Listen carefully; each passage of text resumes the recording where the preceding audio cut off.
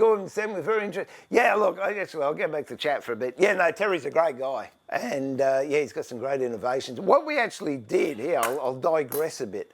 These were all done with 3 planes. And to me, it's given me a whole new idea, especially when I'm doing a cabinet with a lot of drawers, because instead of cutting all the dovetails out for the drawers by hand, which, excuse me, can take, funnily enough, contrary to popular belief on YouTube, they do take more than 3 minutes to do it if you're doing it actually for a job. So for me to do dovetails for a drawer, I could be looking at 20 minutes just to cut the dovetails out for one drawer. And that's moving. I reckon half an hour is a bit more realistic. However, using this method that Terry and I were working with last Tuesday, I reckon I could do a set of 6 drawers or 8 drawers and have all the dovetails, not the pins or the sockets, but all the dovetails cut in about 8 to 10 minutes. And it's all done with his planes. Absolutely brilliant. So here we go. What we did, these dovetails here, they are purposely offset for a reason, which you'll see. They were done with 2 planes. This sliding dovetail here was done with 2 planes, and these sockets here were done with 2 planes. So the idea being, it's good for batch work, but these dovetails then fit into there, like so.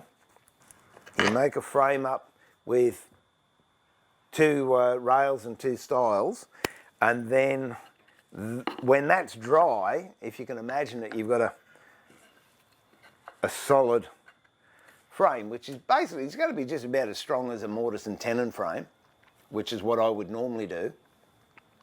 And then with these dovetails here that are on the end, that frame then, bear with me, there we go. Ah, that's how they're meant to fit. I mean, look at that. That's such a nice fit. So that's how that cabinet is formed.